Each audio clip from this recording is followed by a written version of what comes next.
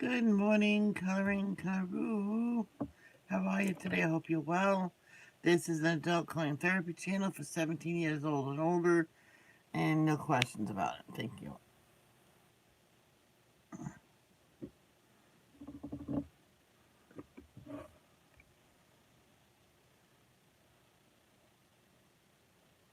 Let me get the chat up.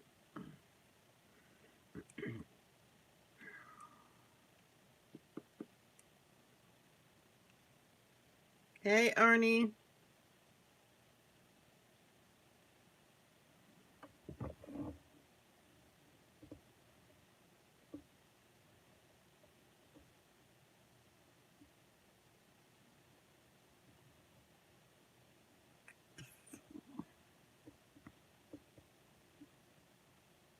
Oh, there you go.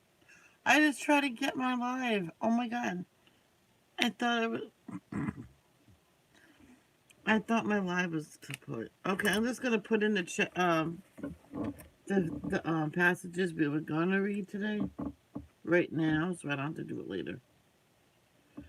John 8 colon 32, Philippians 2 colon 13, John 14 colon 6. That's for later. And I just realized probably it's Arnie's turn to sing. Read. Yep. Let's say the Lord's Prayer and get going. Our Father who art in heaven, hallowed be thy name. Thy kingdom come, thy will be done, on earth as it is in heaven. Give us this day our daily bread. Forgive us for our trespasses. Forgive those who trespass against us. Lead us not to temptation, but deliver us from evil. For thine is the kingdom, the power, and the glory, forever and ever. Amen. Thank you, Lord, for another beautiful day on your beautiful earth. And thank you for allowing us to wake up today. In the name of Jesus, amen. And now we'll listen to Jesus Calling.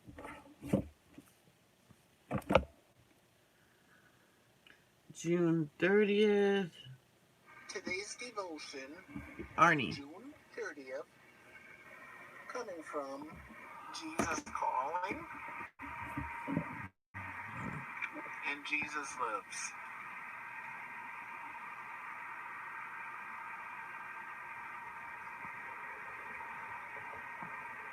And I forgot to shut the AC off. I am the truth who came to set you free as the Holy Spirit controls your mind and actions more fully. You become free in me. You are increasingly released to become the one I created you to be. This is a work that I do in you as you to my spirit. I can do my best handiwork when you sit in the stillness of my presence, focusing your entire being on me. Let my thoughts buzz freely upon your consciousness, stimulating ambient life. I am the way and the truth and the life. As you follow me, I lead you along paths of newness, ways you have never imagined. Don't worry about what is on the road up ahead. I want you to find your security in knowing me, the one who died to set you free. Then John 8, verse 32, Philippians 2, verse 13, John 14, verse 6. John 8, verse 32.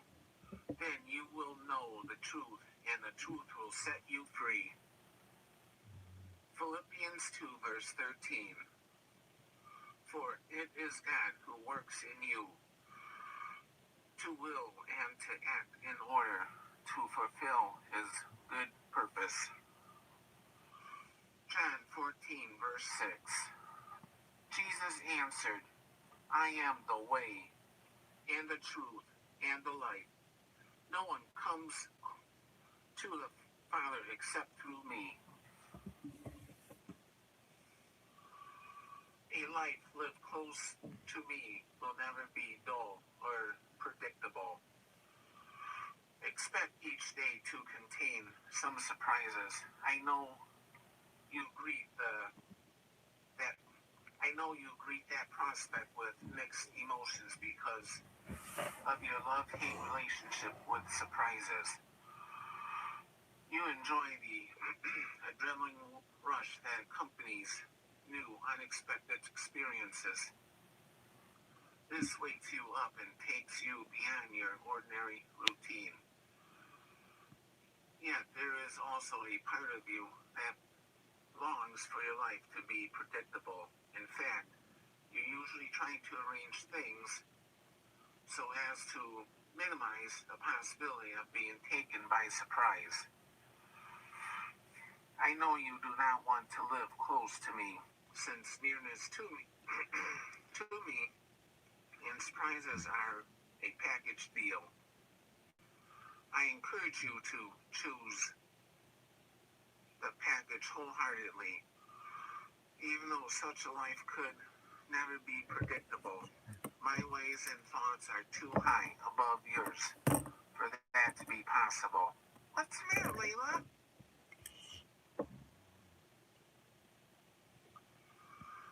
I will never limit myself to doing only what you can anticipate and understand.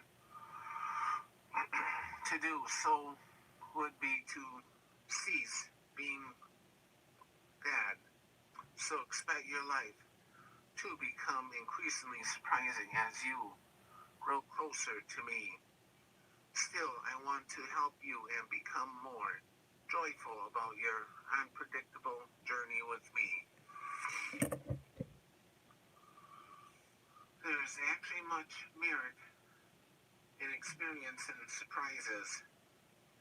This helps you view an unforeseen event not as something wrong, but as something from me.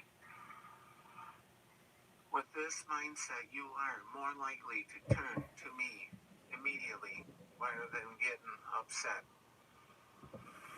You can ask me to help you find all the good I have infused into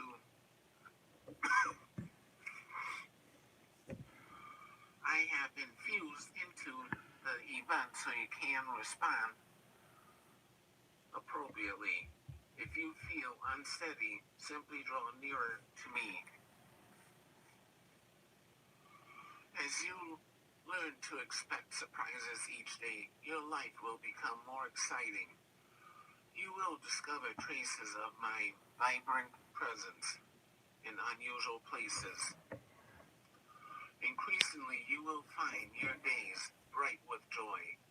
The pleasure of knowing me more intimately.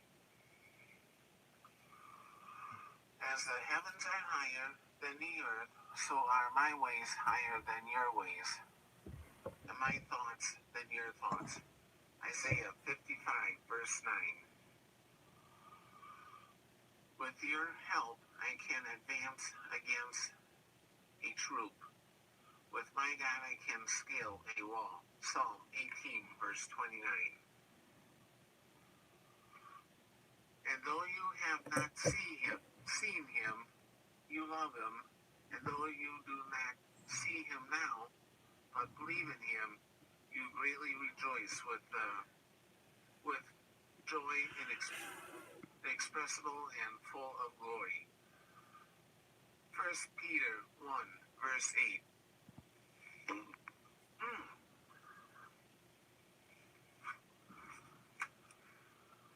And that's today's devotion for June 30th, coming from Jesus Calling.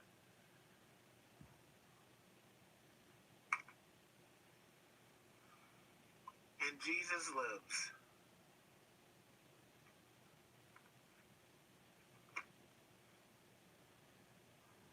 It's okay, Layla.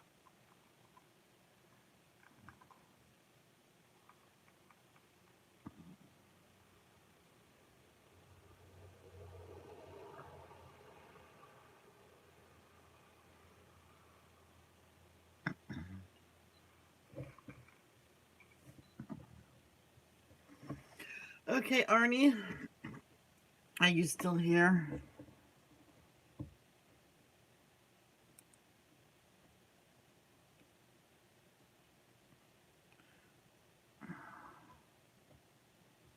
Hit the no. There's no one here. But I'm gonna say it anyway, just in case he is here. Arnie, are you still here? Okay, Arnie, I'm taking a break from devotions. Like, I'm not gonna do no readings, so you have this week and next week off from doing them. If you want to still do it for your channel, you can by all means still do it for your channel. But I'll be just reading the Jesus Calling for this week and next week, because I won't be doing no Bible reading. If that's okay with you.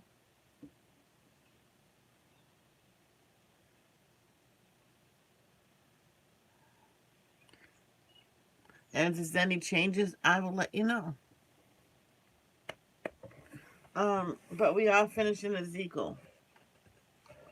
We are finishing that.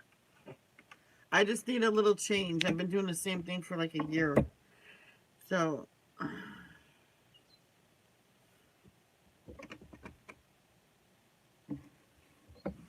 over a year.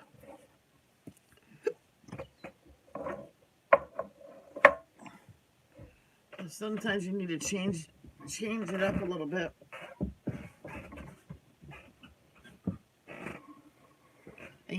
Are you upset with me?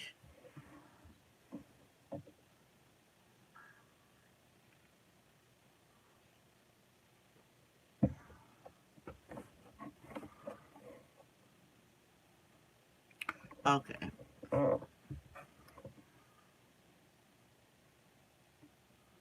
Night Owl's here. No, she's not. There's only 2 people here. Chapter 43. The Lord's Glory Returns. After this, the man brought me back around to the east gateway. Suddenly, the glory of the God of Israel appeared from the east. The sound of his coming was like the roar of rushing waters, and the whole landscape shone with his glory. This vision was just like the others I had seen, first by the Kebar River, and then when he came to destroy Jerusalem. I fell face down on the ground, and the glory of the Lord came into the temple through the east gateway. Then the Spirit took me up and brought me into the inner courtyard, and the glory of the Lord filled the temple.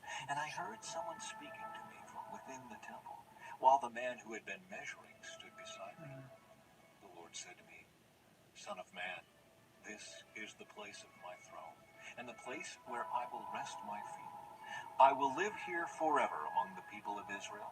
They and their kings will not defile my holy name any longer by their adulterous worship of other gods, or by honoring the relics of their kings who have died. They put their idol altars right next to mine, with only a wall between them and me. They defiled my holy name by such detestable sin, so I consumed them in my anger. Now let them stop worshiping other gods and honoring the relics of their kings, and I will live among them forever. Son of man, describe to the people of Israel the temple I have shown you, so they will be ashamed of all their sins. Let them study its plan, and they will be ashamed of what they have done. Describe to them all the specifications of the temple, including its entrances and exits, and everything else about it. Tell them about its decrees and laws. Write down all these specifications and decrees as they watch, so they will be sure to remember and follow them. And this is the basic law of the temple: absolute holiness. The entire top of the mountain where the temple is built is holy. Yes, this is the basic law of the temple. The altar. These are the measurements of the altar. There is a gutter all around the altar, 21 inches deep and 21 inches wide, with a curb 9 inches wide around its edge.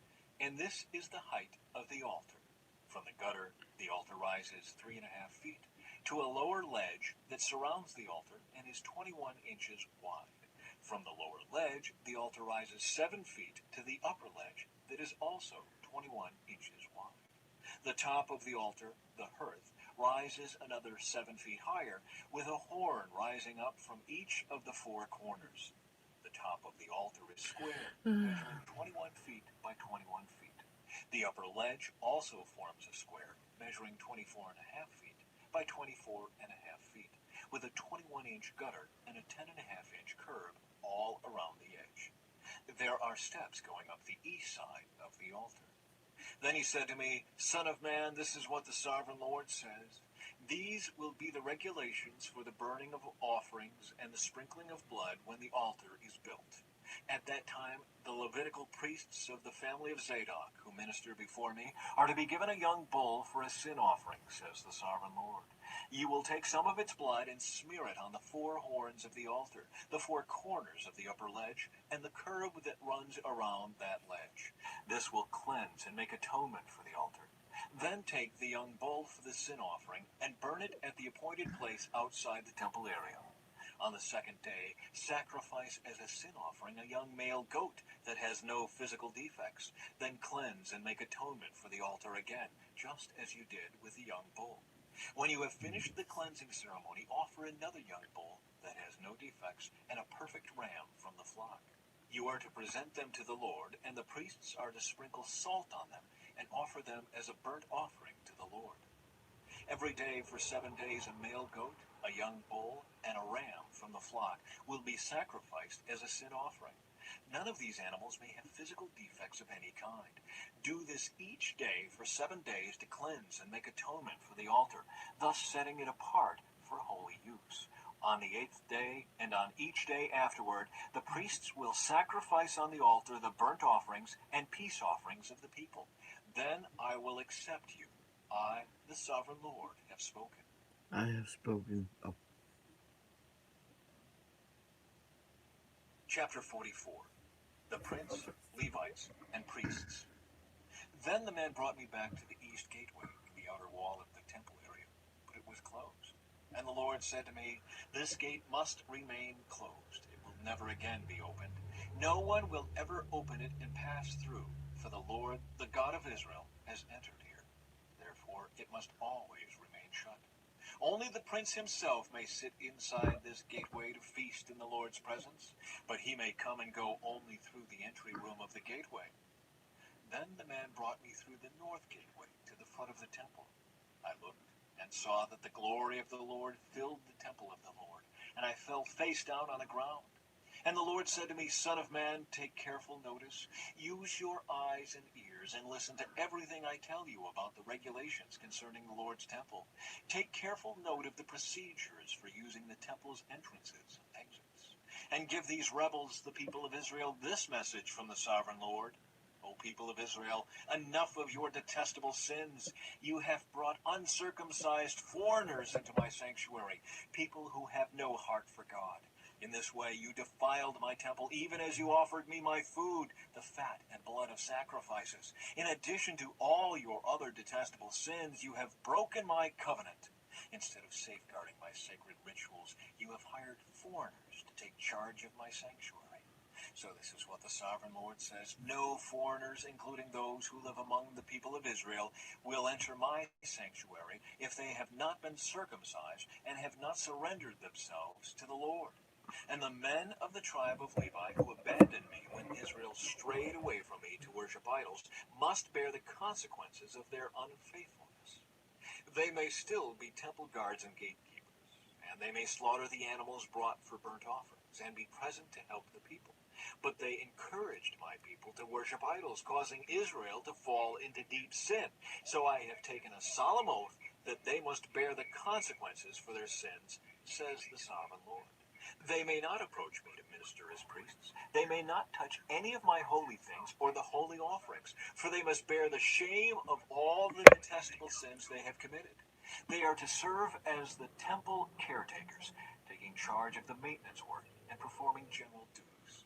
However, the Levitical priests of the family of Zadok continued to minister faithfully in the temple when Israel abandoned me for idols. These men will serve as my ministers. They will stand in my presence and offer the fat and blood of the sacrifices, says the sovereign Lord. They alone will enter my sanctuary and approach my table to serve me. They will fulfill all my requirements. When they enter the gateway to the inner courtyard, they must wear only linen clothing. They must wear no wool while on duty in the inner courtyard or in the temple itself.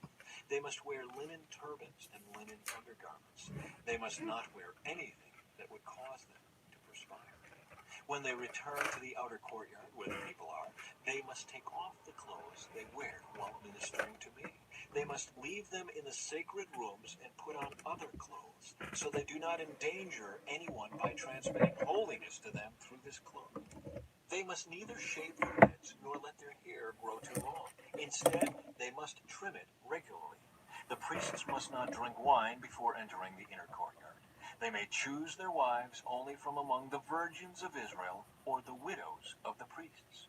They may not marry other widows or divorced women. They will teach my people the difference between what is holy and what is common, what is ceremonial, clean, and unclean. They will serve as judges to resolve any disagreements among my people. Their decisions must be I'm going to mute that so you don't miss none of it while I sharpen my pencil.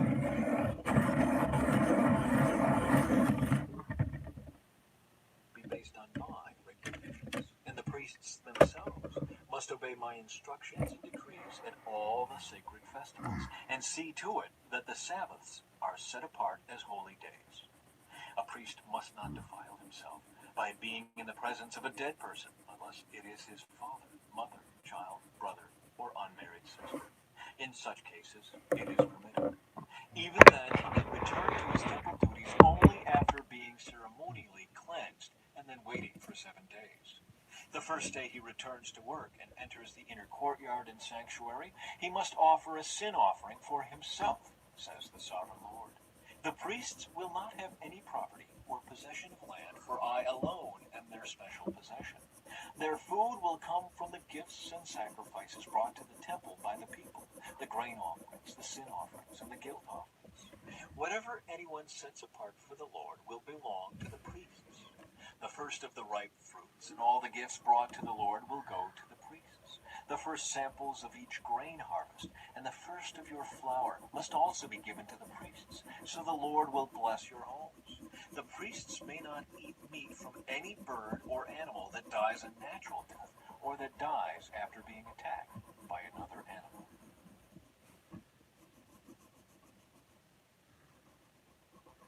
Chapter 45. Division of the Land. When you divide the land among the tribes of Israel, you must set aside a section for the Lord as his holy portion. This piece of land will be 8 1/3 miles long and 6 2/3 miles wide. The entire area will be holy. A section of this land measuring 875 feet by 875 feet will be set aside for the temple. An additional strip of land 87.5 feet wide is to be left empty all around it.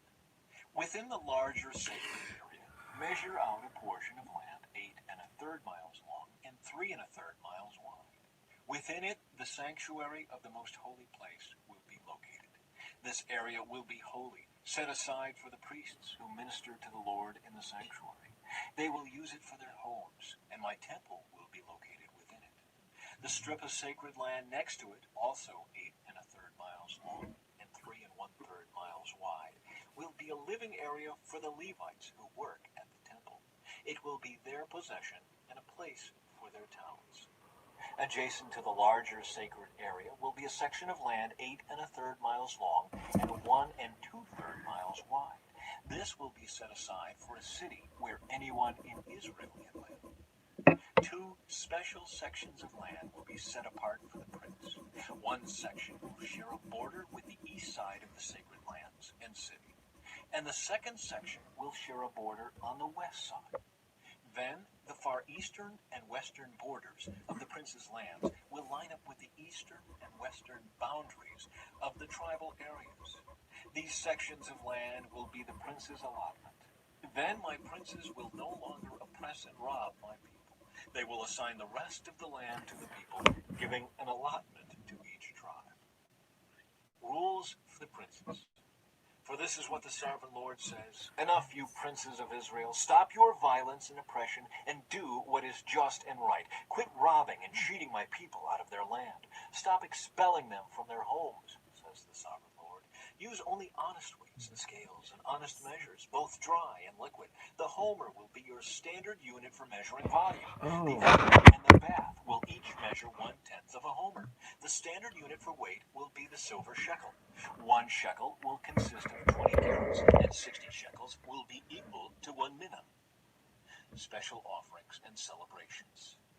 You must give this tax to the prince, 1 bushel of wheat or barley for every 60 you harvest, 1% of your olive oil, and 1 sheep or goat for every 200 in your flocks in Israel. These will be the grain offerings, burnt offerings, and peace offerings that will make atonement for the people who bring them, says the sovereign Lord. All the people of Israel must join in bringing these offerings to the prince. The prince will be required to provide offerings that are given at the religious festivals, the new moon celebrations, the Sabbath days, and all other similar occasions. He will provide the sin offerings, burnt offerings, grain offerings, liquid offerings, and peace offerings to purify the people of Israel, making them right with the Lord. This is what the sovereign Lord says. In early spring, on the first day of each new year, sacrifice a young bull with no defects to purify the temple. The priest will take blood from this sin offering and put it on the doorposts of the temple, the 4 corners of the upper ledge of the altar, and the gateposts at the entrance to the inner courtyard. Do this also on the 7th day of the new year for anyone who has sinned through error or ignorance. In this way, you will purify the temple. On the 14th day of the first month, you must celebrate the Passover. This festival will last for 7 days. The bread you eat during that time must be made without yeast. On the day of Passover, the prince will provide a young bull as a sin offering for himself and the people of Israel. On each of the 7 days of the feast, he will prepare a burnt offering to the Lord, consisting of 7 young bulls and 7 rams without defects. A male goat will also be given each day for a sin offering. The prince will provide a basket of flour as a grain offering and a gallon of olive oil with each young bull and ram. During the 7 days of the Festival of Shelters, which occurs every year in early autumn, the prince will provide these same sacrifices for the sin offering, the burnt offering, and the grain offering, along with the required olive oil. Just Chapter 46. hey, This is what the sovereign Lord... I've been doing devotions for, it'll be 2 years tomorrow. Can you believe that already? 2 years. Lord says, the east gateway of the inner courtyard will be closed during the 6 work days each week, but it will be open on Sabbath days and the days of new moon celebrations. The prince will enter the entry room of the gateway from the outside. Then he will stand by the gatepost while the priest offers his burnt offering and peace offering. He will bow down in worship inside the gateway passage and then go back out the way he came. The gateway will not be closed until evening. The common people will bow down and worship the Lord in front of this gateway on Sabbath days and the days of new moon celebrations. Each Sabbath day, the prince will present to the Lord a burnt offering of 6 lambs and 1 ram, all with no defects. He will present a grain offering of a basket of choice flour to go with the ram, and whatever amount of flour he chooses to go with each lamb. And he is to offer 1 gallon of olive oil for each basket of flour. At the new moon celebrations, he will bring 1 young bull, 6 lambs, and 1 ram, all with no defects. With the young bull, he must bring a basket of choice flour for a grain offering. With the ram, he must bring another basket of flour. And with each lamb, he is to bring whatever amount of flour he chooses to give. With each basket of flour, he must offer 1 gallon of olive oil. The prince must enter the gateway through the entry room, and he must leave the same way. But when the people come in through the north gateway to worship the Lord during the religious festivals, they must leave by the south gateway. And those who entered through the south gateway must leave by the north gateway. They must never leave by the same gateway they came in, but must always use the opposite gateway. The prince will enter and leave with the people on these occasions. So at the special feasts and sacred festivals, the grain offering will be a basket of choice flour with each young bull, another basket of flour with each ram, and as much flour as the prince chooses to give with each lamb. Give 1 gallon of olive oil with each basket of flour. When the prince offers a voluntary burnt offering or peace offering to the Lord, the east gateway to the inner courtyard will be opened for him, and he will offer his sacrifices as he does on Sabbath days. Then he will leave, and the gateway will be shut behind him. Each morning you must sacrifice a 1-year-old lamb with no defects as a burnt offering to the Lord. With the lamb, a grain offering must also be given to the Lord, about 3 quarts of flour, with 1/3 of a gallon of olive oil to moisten the choice flour. This will be a permanent law for you. The lamb, the grain offering, and the olive oil must be given as a daily sacrifice every morning without fail. This is what the sovereign Lord says. If the prince gives a gift of land to one of his sons as his inheritance, it will belong to him and his descendants forever. But if the prince gives a gift of land from his inheritance to one of his servants, the servant may keep it only until the year of Jubilee, which comes every 50th year. At that time, the land will return to the prince. But when the prince gives gifts to his sons, those gifts will be permanent.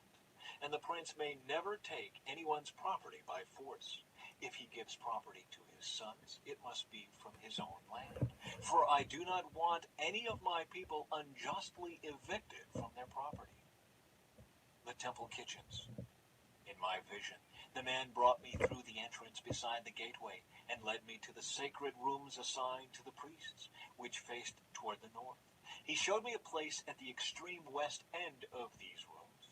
He explained, this is where the priests will cook the meat from the guilt offerings and sin offerings, and bake the flour from the grain offerings into bread. They will do it here to avoid carrying the sacrifices through the outer courtyard and endangering the people by transmitting holiness to them. Then he brought me back to the outer courtyard and led me to each of its 4 corners. In each corner I saw an enclosure. Each of these enclosures was 70 feet long and 52.5 feet wide, surrounded by walls.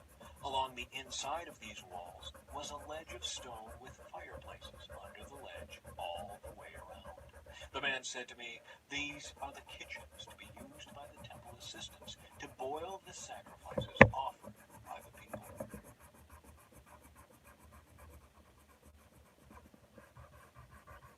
I think there's 2 more left. 2 more chapters left in Ezekiel.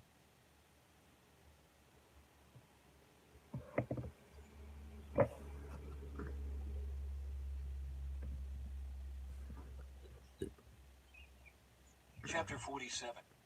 The River of Healing. In my vision, the man brought me back to the entrance of the temple. There I saw a stream flowing east from beneath the door of the temple and passing to the right of the altar on its south side. The man brought me outside the wall through the north gateway and led me around to the eastern entrance. There I could see the water flowing out through the south side of the east gateway. Measuring as he went, he took me along the stream for 1,750 feet and then led me across. The water was up to my ankles.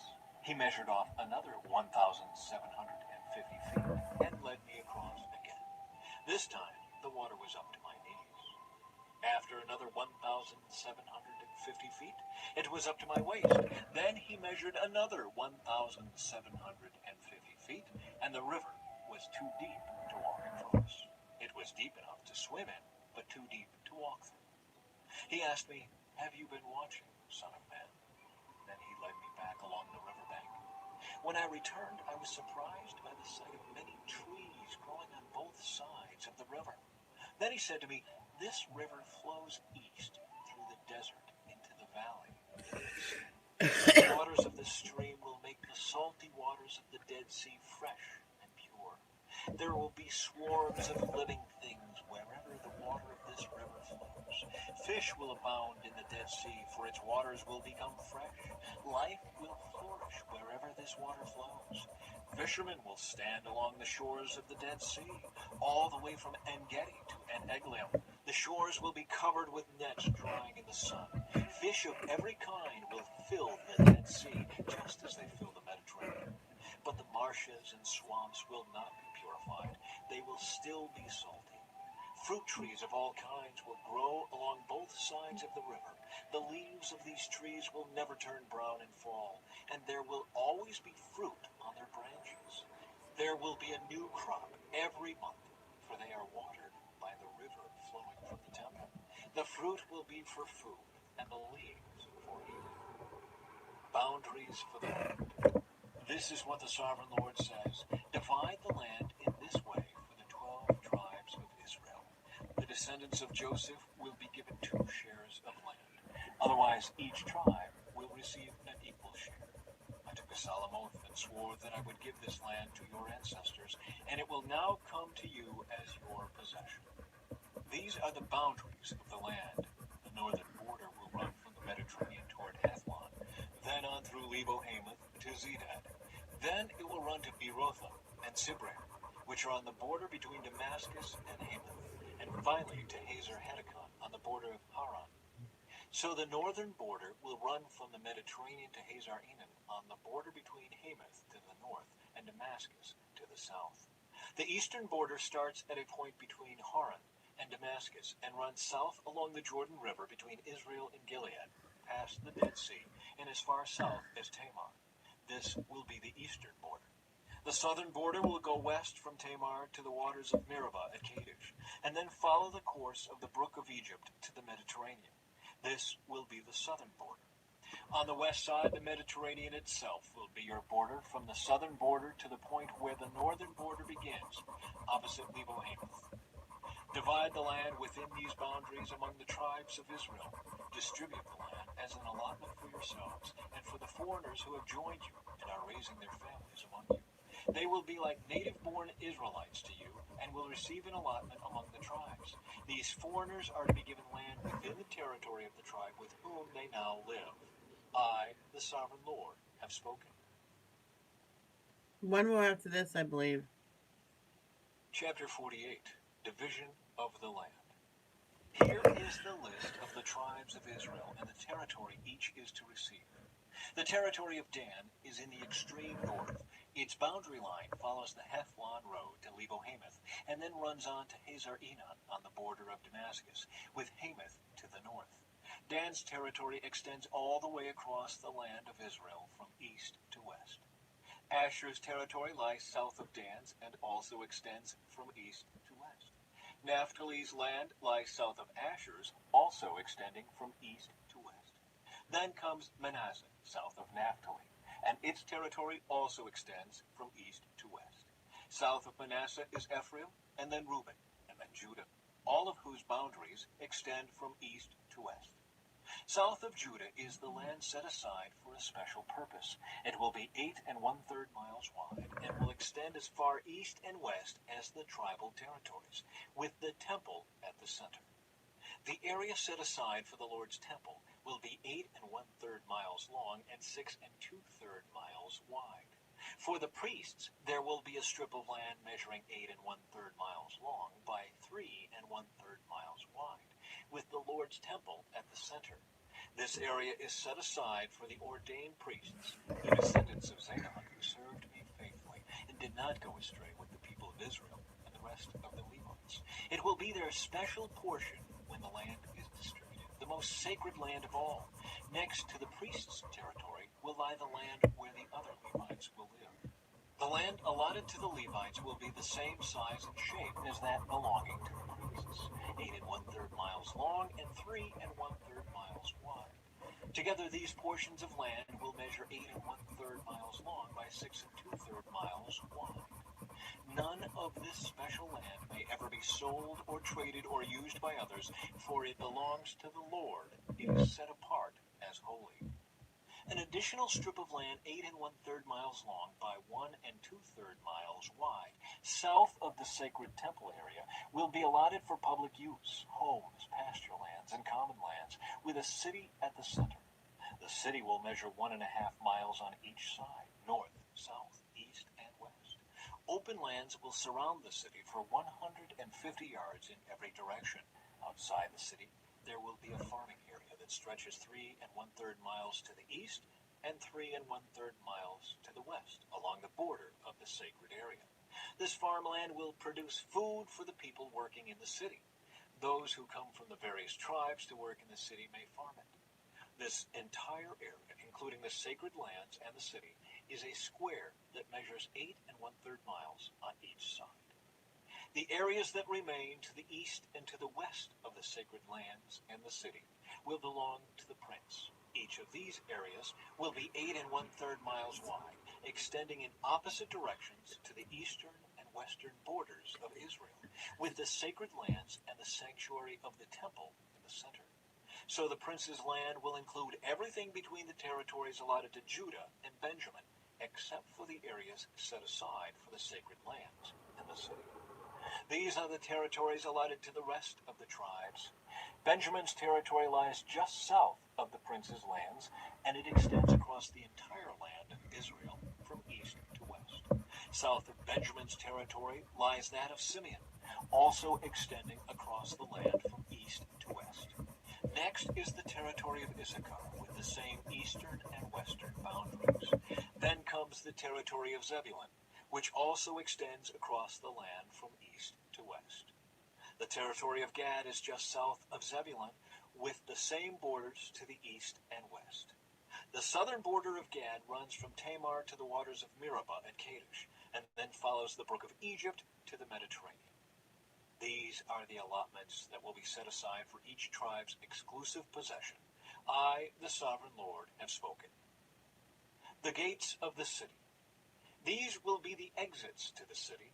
On the north wall, which is 1.5 miles long, there will be 3 gates, each one named after a tribe of Israel.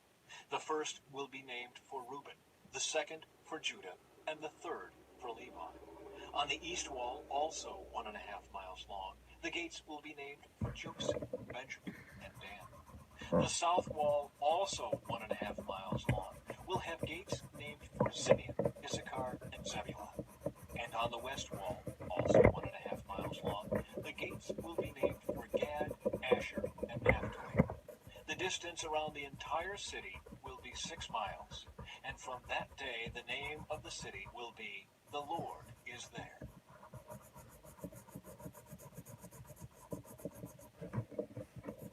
The book of Daniel. Nope.